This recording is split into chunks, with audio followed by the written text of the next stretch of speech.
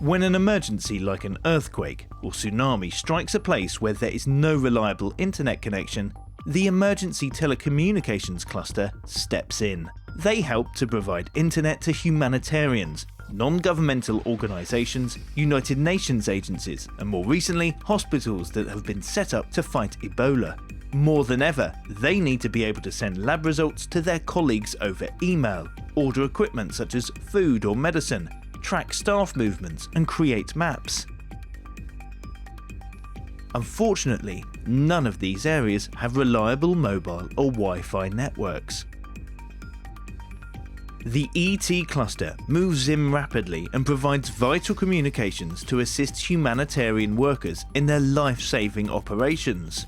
It all begins with an individual at their computer or on their mobile phone in an emergency area. He or she may try to access Google or send an email. Their computer then sends that request to the nearest access point. These access points are able to send and receive wireless signals from computers and phones. They are crucial to create what we call a Wi-Fi hotspot, which only humanitarians can access. This means that we provide internet to the humanitarians who need it most.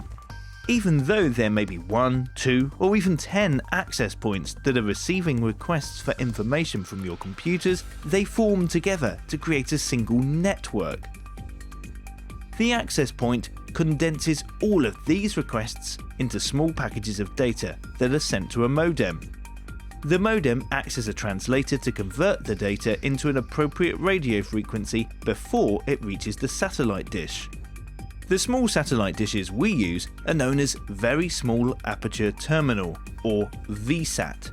We use these dishes to beam signals up to a satellite in space 36,000 kilometers away. That is 1.5 times the distance around the Earth. The satellite dish in space then simply bounces that information back to Earth to a specific ground station that could be located anywhere in the world. These bases are connected to what we know as the Internet. The ground station receives the requests they made for Google.com and searches the World Wide Web for the specific information they requested.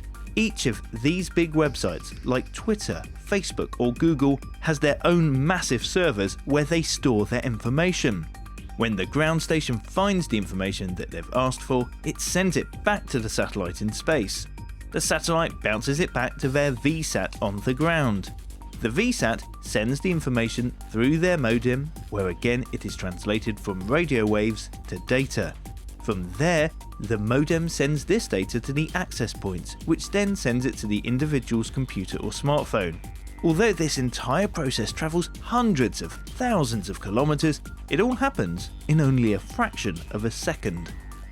Now the humanitarians can order food, send vital status reports to their colleagues abroad, hospitals can order medicine and send lab test results. Data collectors can send data over their phones about what equipment they need, and mappers can create live maps. Business can go back to usual, and we can help save lives. This is all done with equipment, services and staff provided by our partners.